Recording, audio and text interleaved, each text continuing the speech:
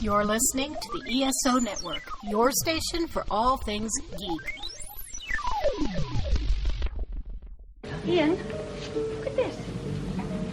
What, it's a police box? What on earth's he doing here? I mean, these things are usually on the street. I feel it. I feel it. You feel it? Faint vibration. It's alive.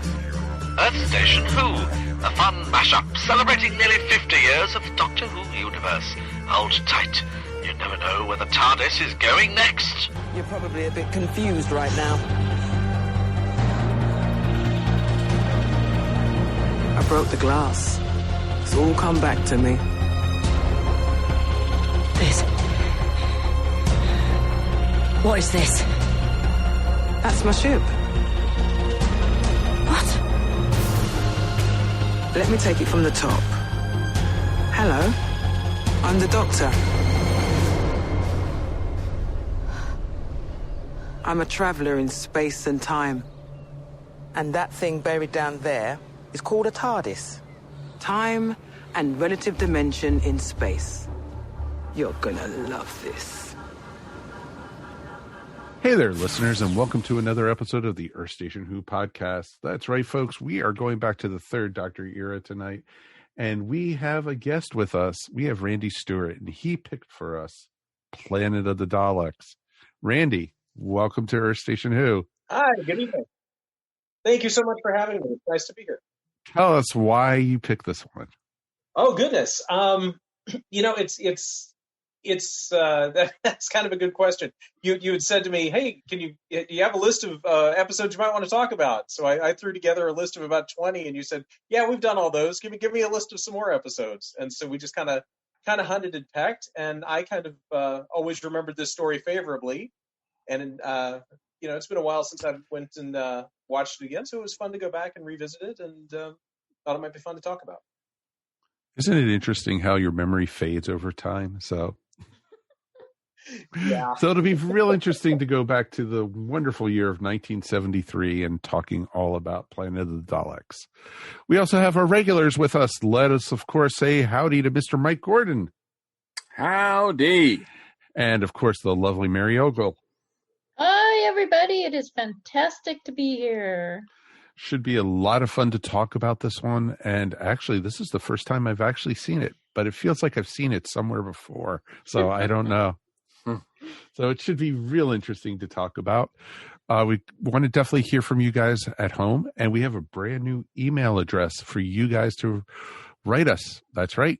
You could still reach us through earthstationwho@esonetwork.com, but you could also now reach us at feedback@earthstationwho.com. How easy is that? So we have a brand new email address, and so we are ready for you guys. Please write us. We definitely would love to hear from you guys about your thoughts on this, about just the general waiting for Doctor Who, or whatever you feel like reaching out to us and talking about. And you know what? If you write us and want to be on the show, that's how Randy did it. You know, you too can be part of the Earth Station Who family. Write us. feedback@earthstationwho.com. Yes, that's right. earthstationwho.com, coming very soon to a house near you too. So we're going to have our own website. We're breaking off from the ESO network and going out on our own. We're still a big part of the ESO network, but earthstationwho.com is coming sooner than you think. Probably by the next time we talk to you. Having problems with the URL. Ugh. Web stuff. Yeah. It's always something. It is always something. Want a big shout out also to our patrons. Thank you so much for helping to support the ESO network, and Earth Station Who is a proud member of that. So all you have to do for as little as 25 cents a week, you could help support the ESO network by going to patreon.com/ESO network. And you could actually hear the show 48 hours in advance before the rest of the world. It's not so bad. Pretty cool. And you get a lot of other cool stuff. Some even include Earth Station ESO network swag, including a Geek Seat magnet maybe, or an ESO window sticker, or if you want to be a co-host on one of the shows of the ESO network, you could do that, all at all different levels. Check it out, patreon.com/ESO network. All right, there's no real Doctor Who news right now, but, you know, I know they're getting ready for this, Time Lord Victorious, I think it's called. Yeah, that's already started. Yeah, the first I know the first issue of the comic by Titan Comics was released last week. But I'm gonna wait till it's all collected. But yeah, that's going on. Mm-hmm. A bunch of Big Finish stuff is coming. Yep. Yeah, there's in relation to, there might not be, well, there's kind of Doctor Who news because there's Dalek news. Yep. Because Big Finish announced a huge 9-hour epic story called Dalek Universe, which is going to feature the 10th Doctor. It takes place prior to the Great Time War. And it's got Daleks and Davros and everything that Dalek lovers love. It's going to be preceded by a 4-part 4th Doctor adventure with Tom and Leela, Louise Jameson, and K9, George Leeson. So you've got 13 hours of a big Dalek story that's 13, going on. 13, ha, ha, ha, ha, ha. You can pre-order that on a variety of formats. You know, the digital downloads, the collector's edition CD, the triple LP vinyl, all that kind of stuff. But yeah, so that's a pretty epic story. And I guess the Daleks are worth it. So. Yeah, you sound a little unsure there. Well, it sounded a little skeptical there if I ever heard it. Well, as we've we're probably going to talk about it a little bit later, but as we've talked about a few times on, a Dalek episode, to me, a Dalek story is a 50-50 shot at best, right? Some of them are really great and really awesome, others not so much.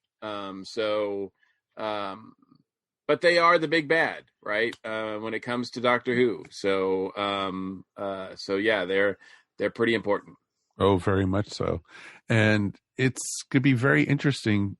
Mary, you said there was something coming out with the Daleks? Yes. If you love the Daleks, then you are going to be thrilled because the Doctor Who YouTube channel is going to show a series of 10-minute episodes, animated episodes, featuring the Daleks. Wow. So yeah, I'm actually kind of looking forward to that. The animation looked pretty cool from the teaser. It's pretty awesome. And when is it starting? Yeah, I don't think they've actually released a date yet. Oh. In true BBC fashion. But there is a teaser out on YouTube if you'd like to see it. And it'll be a surprise when it finally shows up. It's going to launch in November, but they have not set an actual date that's in early. November. Gotcha. That's still pretty early. I thought it was going to be like next year or something. That's awesome. Any bets? You would think maybe. Oh, so sorry. Excuse me. I was going to just ask if there were any bets on whether or not it was going to premiere on the 23rd. That's where I was going, damn it. Yeah, that would have been my guess too. Yeah, I wonder if it looks like the estate of Terry Nation is getting paid a lot recently. Yes, they'll be very happy. They look up at the sky each day and go, "Thank you, Grandpa."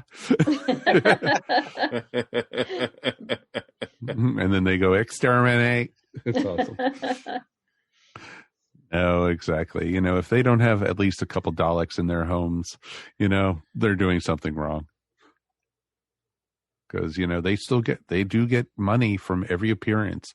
That's why for a while they were trying to keep the Daleks off of the new series because they didn't want to pay the estate. Yeah. So.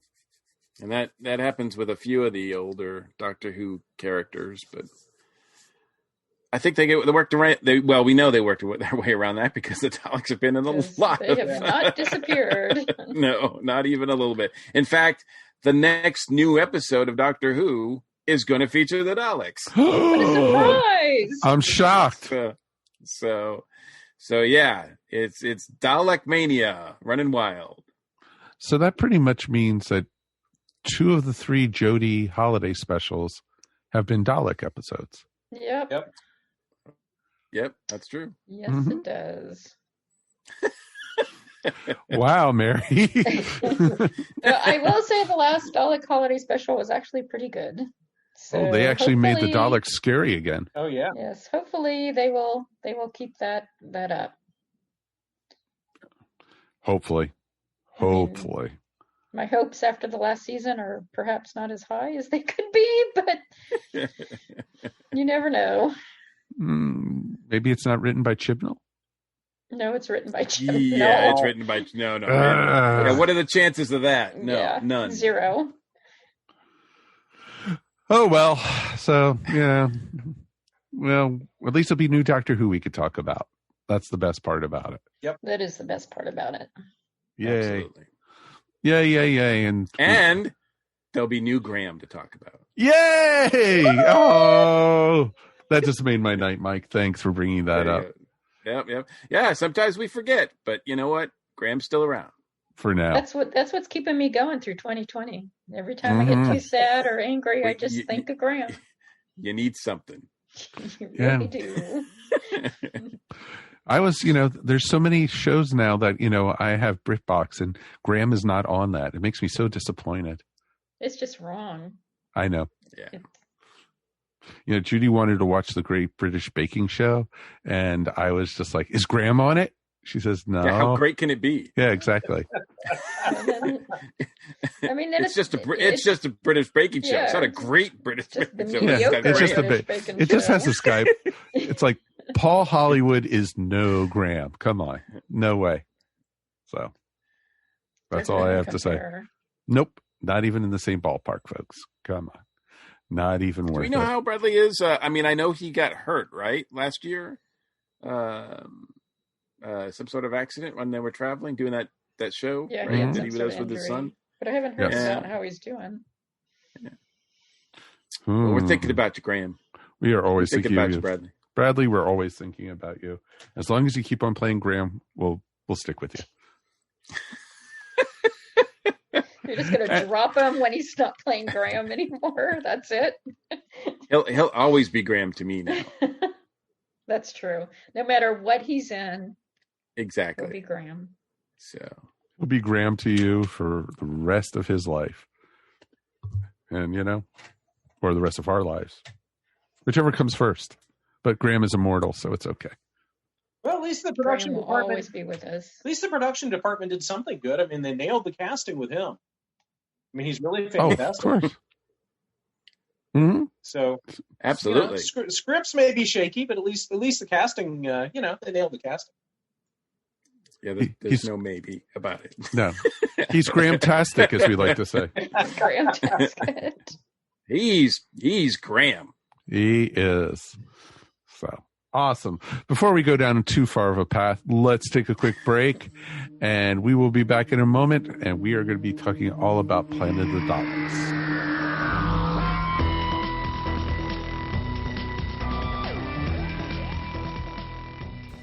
Welcome to the Double Feature Picture Show. What do you want to see? Well, I want to see something really good and something really bad. Like maybe Total Recall and Junior? Sure. Or The Rocketeer and Country Bears? Absolutely. Maybe even Dogma and Yoga Hoses? I mean, of course. Who programs such cinematic excellence and hot garbage together? Why, only the Double-Edged Double Bill, my good man. Available on the ESO Network and wherever you get podcasts.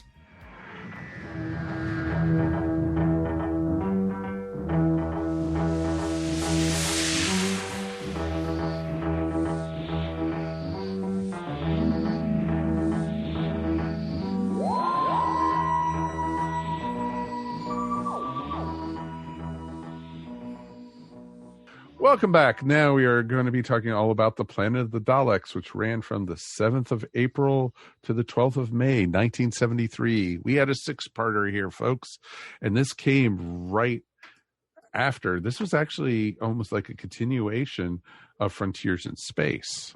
And I know like the DVD set is now a box set for those two stories are together. So it's interesting to do because this story had nothing to deal with Frontiers in Space at all. Well, it's been so long since we've seen that one that I had forgotten what the state of the Doctor or anything was going into this. So seeing the Doctor quite out of it at the beginning of this story, it didn't take me long to catch up. and it didn't really matter, I guess. But No. I was like, oh, I wonder what happened. I think he was shot by the Master. Wasn't he shot by the Master? He was shot by the Master. I actually went back before I started watching this, and I watched the last episode of Frontiers in Space. Cool. So technically, it was a 7-parter for me. I was going to say, lucky guy. You extended this story by an episode. Wow. I don't know if I'm impressed or horrified. My hat's off to you, sir. Well, it's interesting because I felt really sad watching the end of Frontiers of Space because that's the last Delgado story. Yeah. Yeah. And so it's kind of lackluster, and he is so good in it. He is just so awesome as the Master, and it was so sad to see that go bye-bye. And then this story, which is basically just a repeat of Dalek, and almost to a T, instead of Ian and Barbara, they had some of the people from Skaro, and it was just I don't know. I was just like watching this, and it's like 6 episodes of this. Wow. Well, I think when you watch Planet of the Daleks, it's hard now to watch it from the eyes of somebody in 1973 because there was no home video in 1973. They'd already rerun the original Dalek story, and for a young child in 1973 to suddenly see this story, they wouldn't have caught all the previous story elements that Terry Nation put into it. This would have been fresh, and I think if you look at it from those eyes, it's a more exciting story. I don't think it holds up well in 2020, but I think if you were to have watched it in 1973, it would have been a good watch as a kid. You've got invisible Spiridons, you've got a deadly bacteriological bomb, you've got a volcano full of ice, or an ice volcano, and it had a lot of interesting things going on in there. I just don't think it holds up. Number one, I don't think it holds up as a 6-parter, and it doesn't really hold up well in 2020. Yeah, this is the first time I've seen this, and it'll probably be the last. Sorry, Randy. And I especially am. Going into this, I had recently watched for the first time Day of the Daleks, which is a 3rd Doctor story with the Daleks. And that was the first time I'd ever seen the 3rd Doctor with the Daleks. So and that one, I liked that story a lot, actually. I was really impressed by that story. So going into this one, and I don't think we hated Frontier in Space. I don't remember having a bad opinion. No, we actually liked it a lot. Yeah, so going into this one, I had kind of high hopes, I think. But then I forgot, it's written by Terry Nation. And Terry's writing is all over the place, especially. And I think this is, out of all the Terry Nation stories, this is the most Terry Nationist. Terry Nation-y. Like, he throws everything into this. Oh, yeah. Introducing plot elements like in episode 5 or 6. Like, it's just like, wow. Like, yeah, he doesn't stop. All of a sudden there's something new, and it's crazy. There are some, I don't hate this one. There are some good stuff. There is some good things. Particularly, Pertwee is amazing in this. Oh God, yes. Oh yeah, and even Joe Grant's fairly good in this. Thank you, Mary. I was just about to say. And second, Joe is rapidly rising in my list of companions. For some reason, she was way down there for the longest time.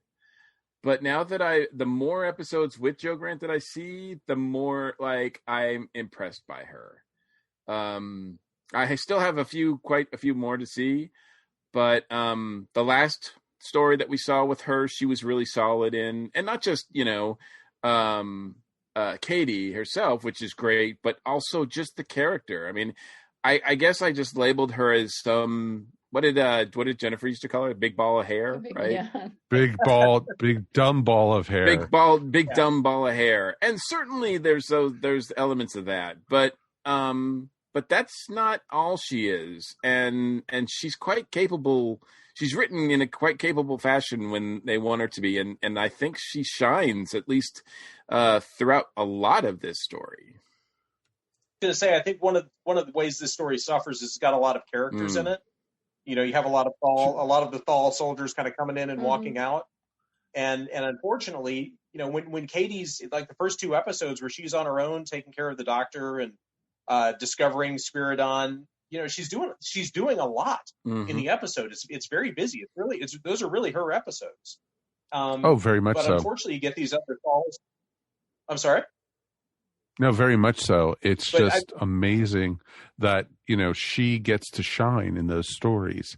And it's like when she pulled that bed out into the TARDIS, it was like, oh, she must have gone shopping at IKEA. But I think sadly, the more the Thals come in, they just kind of take control, and then Katie's just wandering around in the jungle for the last half of the story. But you're absolutely right; she's really solid in this one, and Joe is really, really solid, and they, you know, she's very much engaged, and for the most part, the decisions that she's making are smart decisions. She's not just the big dumb ball. No, I mean she sneaks into the Dalek base to rescue the Doctor, and comes away with saving 2 of the explosives. I mean, she gets knocked on the head, but she still persists. You know, like she's a trooper in this one. Like I said, she is rising up in my companion list. I don't know if she's going to crack the top 10, but you know, she's a lot higher up than she used to be. Well, it just goes to show you that Katie Manning could be really good if she was just given good scripts. Yes. Oh, very much so. Yeah. And it just got very weak towards the end with her. She was almost like just tagging along for everything. Joe, you go sit over there while we go destroy the temple or something like that. And that was getting old. And then for them hooking her up with one of the thralls, holding it, the hand holding, and it was just like so stupid. It was like, wait a minute. I was watching it and I was like, wait a minute. She doesn't leave in this storyline. Maybe it was just foreshadowing. Her clock was ticking, and she just, maybe they were just going in that direction. They were testing the waters before the next one. Yeah, but I mean, I think the biggest problem with this is that Terry Nation has no idea whatsoever how to structure a story, and so it just, the beats are wrong. They come at random moments. There's no real build up to something. I mean, you don't feel that much of a sense of tension and getting to and blowing up the Dalek army, and which is too bad, because I think they could have done something with this. First of all, I think it should have been 2 episodes. Oh God, yeah. Not 6. It really suffers from filleritis. I mean, there is so much filler in here. It's not just padded; it's bloated. Exactly. It is bloated. Well, but also the thing with this is the 3rd time we've seen this story done at this point, because we had the original Dalek story, but then we also had the Doctor Who movie with Peter Cushing that did the same exact story, and now we had it this time with Planet of the Daleks. And it was, I think this one was way drawn out. And I was like, while I was watching it, and they were crawling through the caves, hoping that, the ice lava wouldn't come through and everything. I was like, oh, please don't let there be a monster coming out of the ice lava and grabbing one of the Thals, like in the other 2 stories, that we saw. And it was just like over and over and over. The production values are kind of especially bad here too, and that's not helping things. I did like the jungle. I thought the jungle was really cool. I'll give you the jungle. It was a better jungle than what we just saw in Face of Evil, right? Oh, I don't know. I kind of like the jungle better in Face of Evil. Okay, well, look, I don't. This is still, when the showrunner's Barry Letts, script editor is Terrence Dix. And so you're kind of wondering, like, how this gets to be the mess that it does. The only two things I can think of is that Terrence, that it was even more of a mess before it got to Terrence, or that because of Terry Nation's contract, he could just do whatever he wanted, and they were, they just had to throw their hands up, and they were stuck with it. So, so that's the only thing I can figure, because even, this, we expect better from, I would be interested. I know Terrence wrote the Target novelization. I would be interested to read that, just because I was like, does it make more sense here? It does. And I know that I think the audio version of that is read by John Pertwee, so that might be kind of a fun experience to do that. But yeah, it probably would make more sense, but like there's still way too many elements in it. Like I said, like almost every episode, something new a new threat is being introduced. And that's fine in the first, 3 parts, but then you get to like episode 6 and it's like, oh, there's more new threats. It's like, no, that's too late. You need to start wrapping this up, dude. Oh, exactly. When they brought in the Dalek Supreme. Exactly. Oh my God. And did you even notice that they must have been very short with budget, because the Dalek Supreme's eye stalk was a flashlight. Literally. It's the one from the movie. Yeah. It was the one that was it was Terry it was Nation the one had that it. Yeah, Terry Nation had the one. They gave him the one from the movie, so that's the one they used. So it might have been from the movie, but at least there's some continuity there. That one may have been from the 7 Keys to Doomsday, the stage play, because they had some specialty Daleks that show that Terry Nation purchased or that were given to him, and then he eventually would donate those and let charities use them for fundraising functions. But it might have come from that. But yeah, that's a pretty hokey one when the flashlight starts kicking on, and it's even worse when the lights aren't in sync with the dialogue. Mm. Well, they do say, on the Wikipedia, they do say that the Dalek Supreme in the story was a modified prop from Invasion Earth movie, and but its eye stalk had been replaced with a conventional torch. Which flashes when he speaks. Okay. It's the same one. Which is interesting. What threw me is that they're really pushing with the new storyline that we just talked about at the beginning that's coming out, and the figures and everything. There's a Dalek Supreme figure, which is kind of looks better than this, actually. It's sad when the toy looks better than the actual. There are moments, though, in this where, the Daleks are... Well, that was the weird thing, too, because the voices seemed off to me. The first 3 or 4 episodes, when the Daleks are speaking, it doesn't sound right to me. Did you guys experience that, too?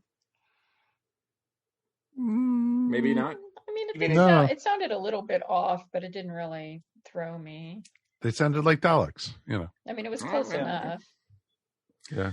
But there are times when they are kind of threatening. Kind of. Yeah.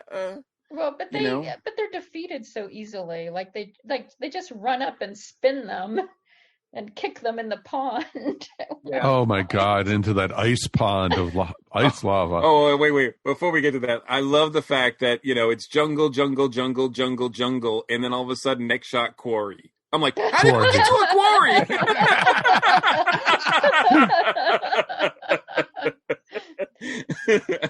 They ran out of jungle props. I know. I was like, whoa, where did we get to the quarry? But the budget ran out. Well, come on. If you look at that scene, they had to return the leaves. Exactly. You saw the scene where all the Daleks were, the 10,000 Daleks were in the cave. And when the water started pouring in as the ice lava was pouring in there, they were like little metallic figures that were just being knocked over by the incoming like little drips of water that were coming in, and it was like you could almost like see those are like chess pieces or something like that. Yeah, they were like little toys. Yeah, they were toys. Those so in the late 60s and early 70s there was a toy line of by Louis Marx, and those were the Daleks that kids could buy or parents could buy for their kids, to play with. So I want to say that wasn't the first time they used those Daleks in an episode. I think they may have been at the end of I think Evil of the Daleks, which was supposed to be the last run of the Daleks. I think there were some shots of the Dalek HQ blowing up. So yeah, it's pretty hokey, but that also wasn't the first time that the BBC had actually used them. I guess, that's cool.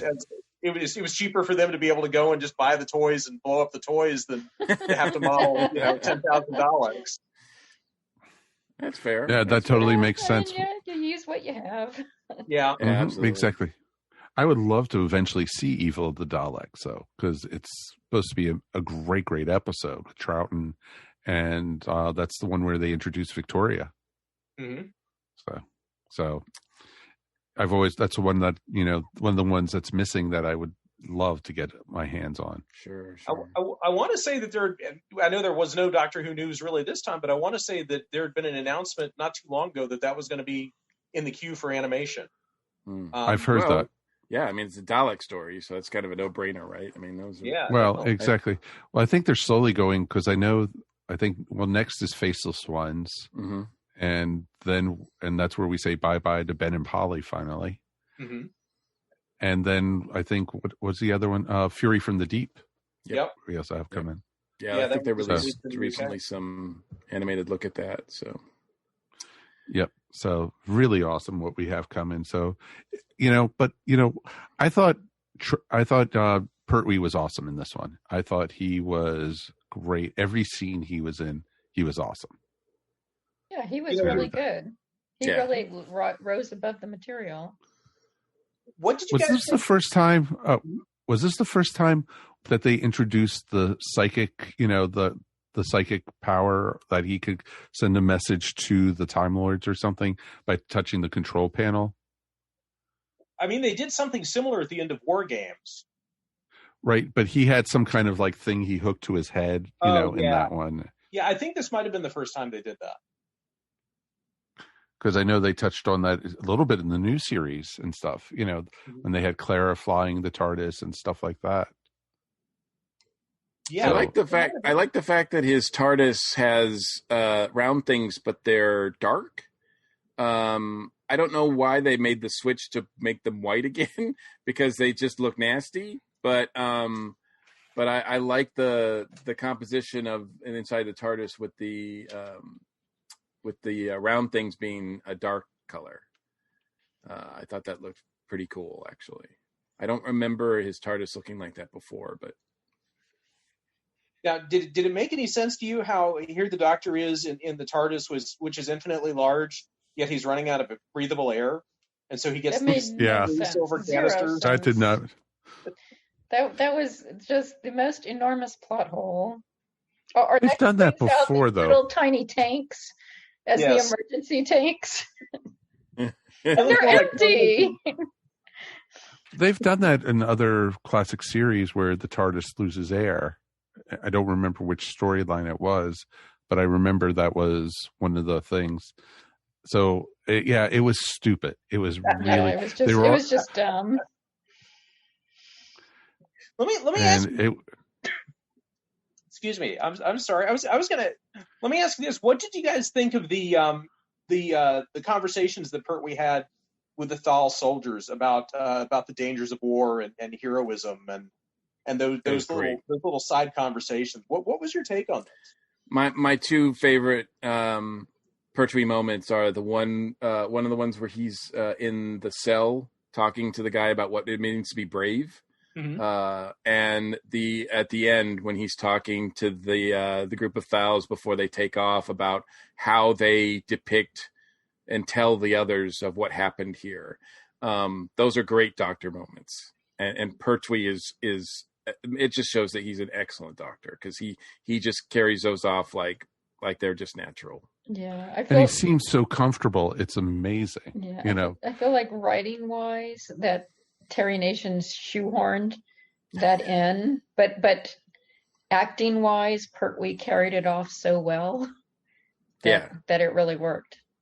You know, I was watching the commentary track on some of these when I had a little time, and interestingly enough, the end conversation the Doctor has about not glorifying war, Terrence Dicks actually tacked that on. Yeah, that wouldn't surprise me. Okay, that actually makes more sense to me. Yeah, it makes a lot more sense to me. Yeah, it totally makes more sense. And, you know, because I don't think Terry Nation had it in him to do something that deep at all. Probably not.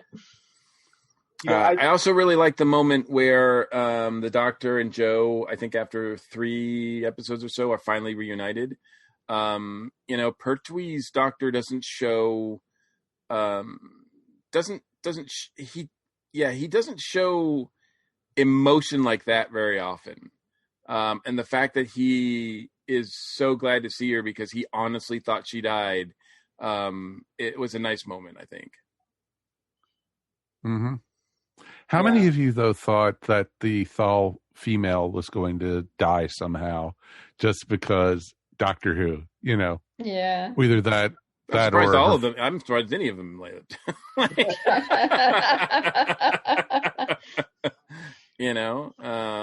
I fully, you know, especially with this ending, the way it was, you know, with the Thals going off into the spaceship back to Skaro and the Daleks still surviving at the end. The Doctor didn't destroy all the Daleks in this one.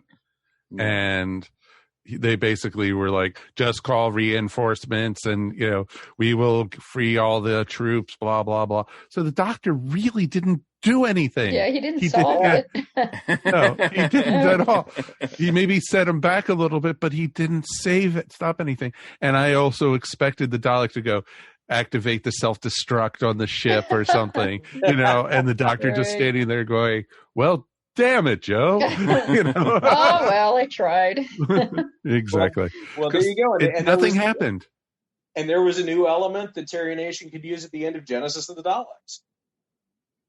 Yeah, you know, pretty much. We're still here, but we're okay. We're going to dig our way out. Well, doesn't it take place before this? Oh, Genesis takes place before the Doctor went there in Dalek. Right. So this is, it's not the last time we see the Thals, because we see the Thals again, as you point out, in Genesis of the Daleks, but we don't see him again after that. And this is the most, I guess, modern iteration of the Thals that we get, because we never see them after the events of what happens in this story. Right. No, you're correct. So we don't know if they continue to be a peaceful people or not. Yeah, well, there's some Big Finish stories, but that's all we really get. That's Big Finish. Yeah. No, I was just pointing out that, you know, the idea of the Doctor not really doing what he was trying to do was yet another trope Terry Nation would use, and his writing of trope is the right word, or another just reused plot device. I wonder also if they were kind of hesitant to have the Doctor wipe out a race like that, as bad as they are, because even, you know, when Tom decides he makes the decision not to do it later in Genesis, but it's not until much later where we get a Doctor who's very, very, has his mind set on destroying every Dalek he sees. But I don't think, as bad as they are, I don't think these Doctors are quite willing to pull that trigger.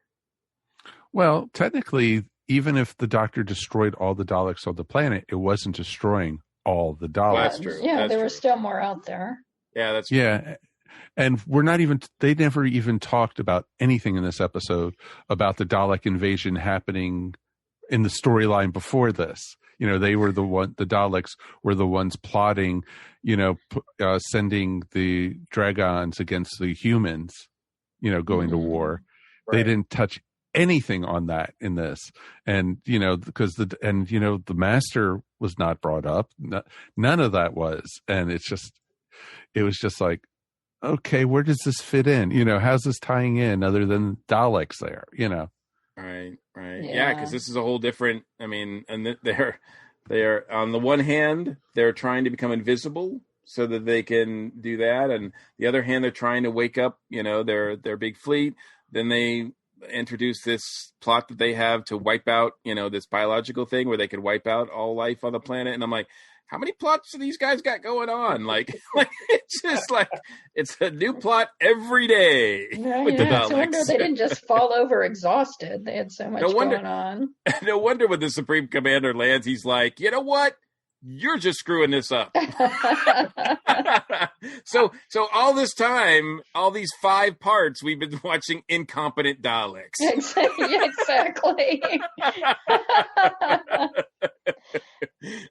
These are ones who graduated at the bottom of the class. Exactly. What do you call a Dalek that ends, gets out last in his class? Dalek. The bad batch of Daleks. That's what we saw in this. What did you think of the invisible Spiridons and their shag carpeting that they walked around in for? I'm surprised that's not cosplayed more. It's all you need saving is on a costumes. shaggy blanket. Yeah. Yes, exactly. Yeah, A big shaggy. Saved on makeup and costumes. Yeah, exactly.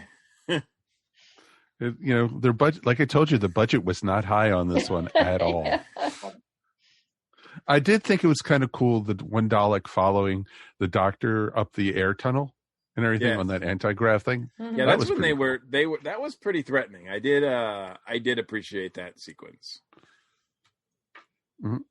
So I thought that was pretty cool on that part, but the rest of it was just like, okay, what am I waiting for?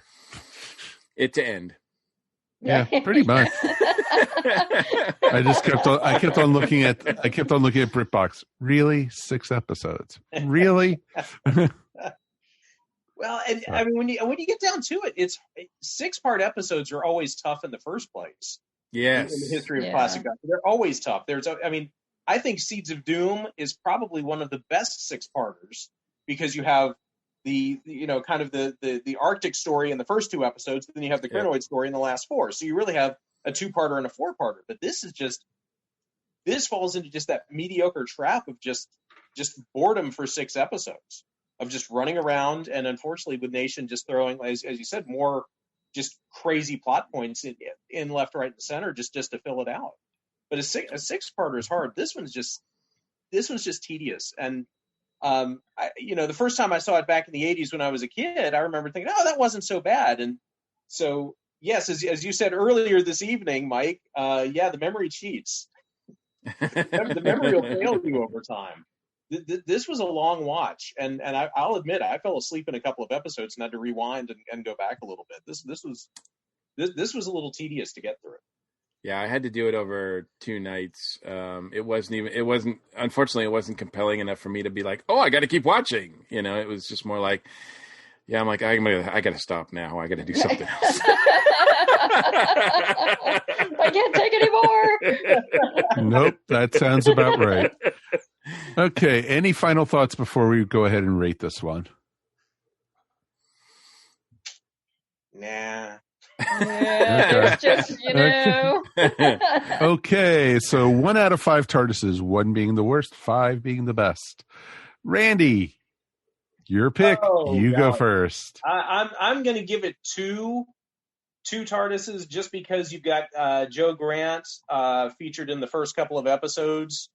The performances outweigh the script. The actors did a heck of a lot more than with what they were given than they probably should have been able to.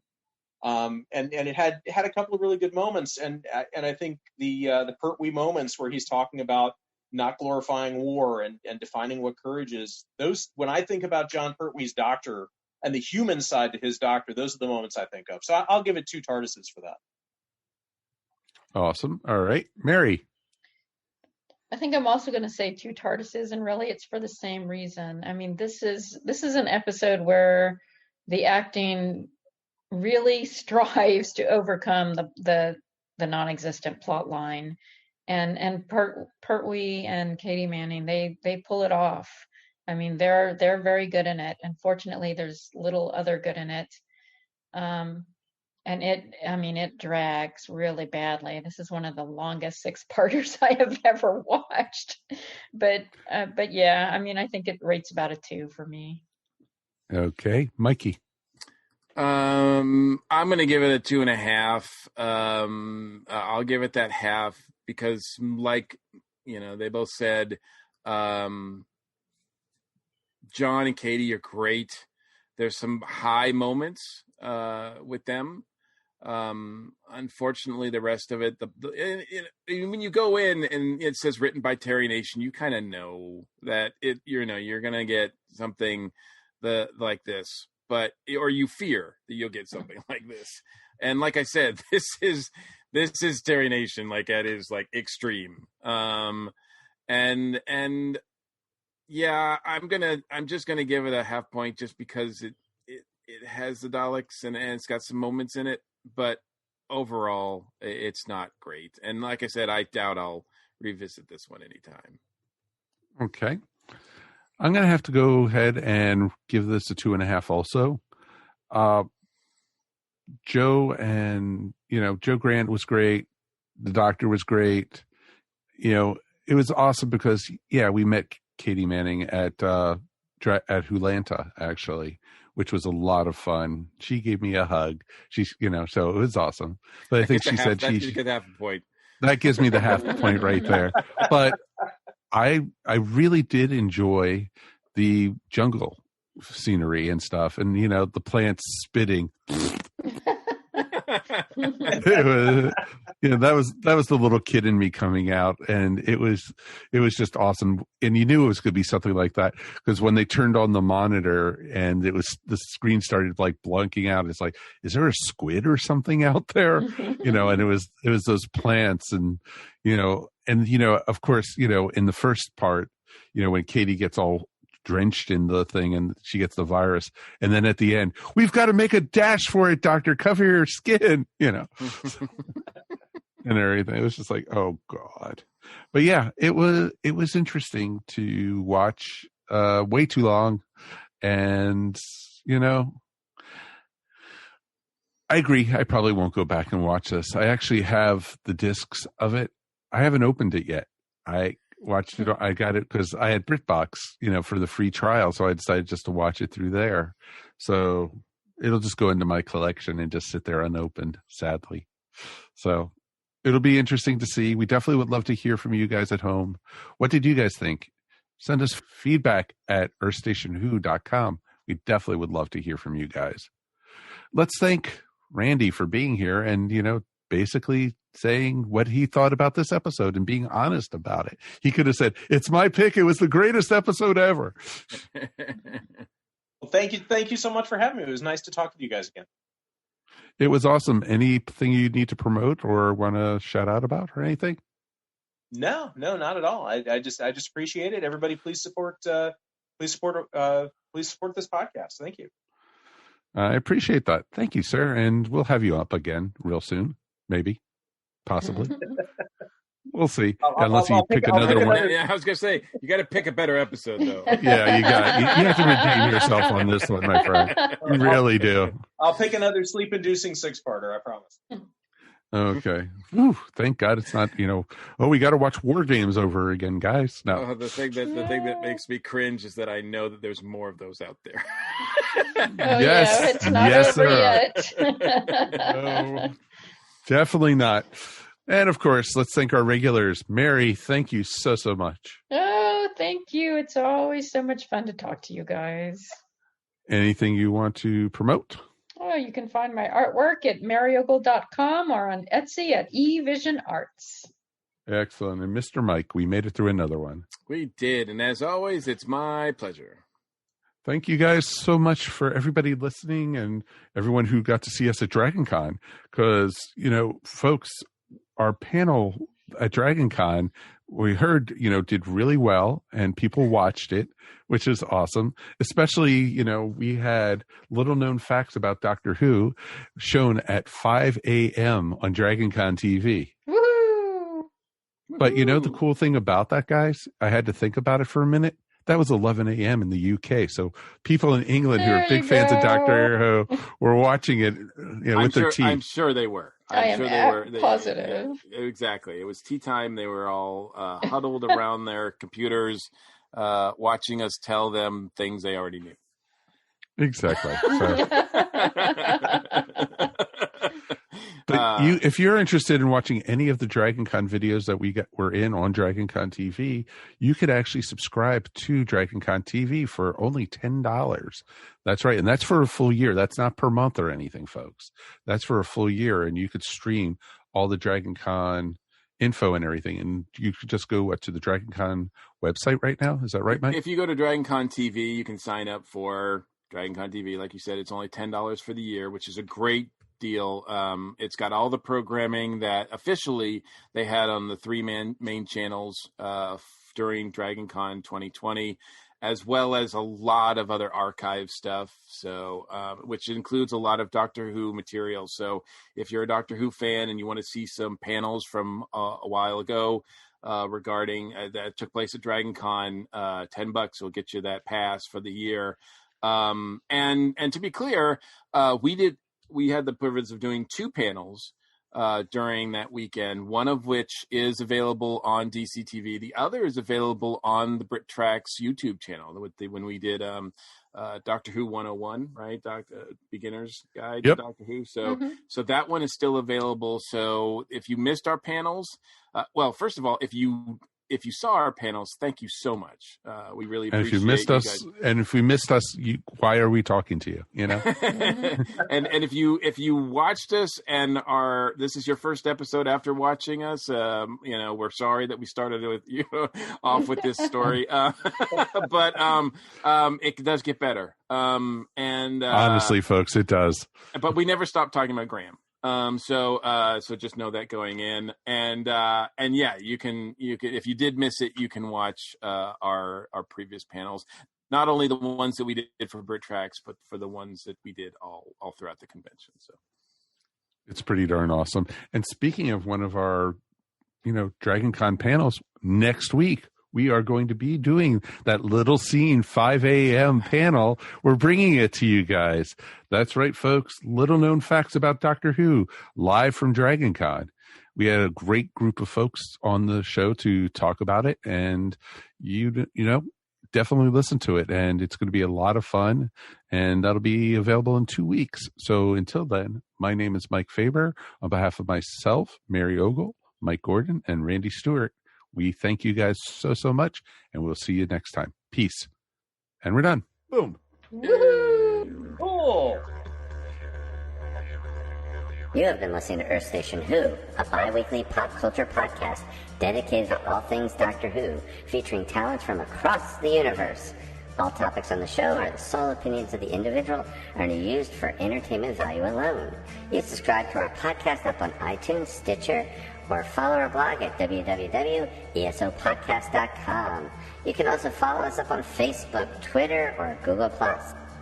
If you enjoyed the show, please leave feedback up on iTunes.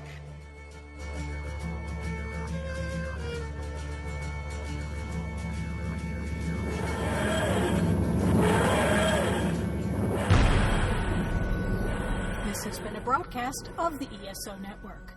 Be part of the crew and help support our shows by donating to our ESO Patreon or by shopping at the TeePublic store, which can all be found at www.esonetwork.com. The ESO Network, your station for all things geek.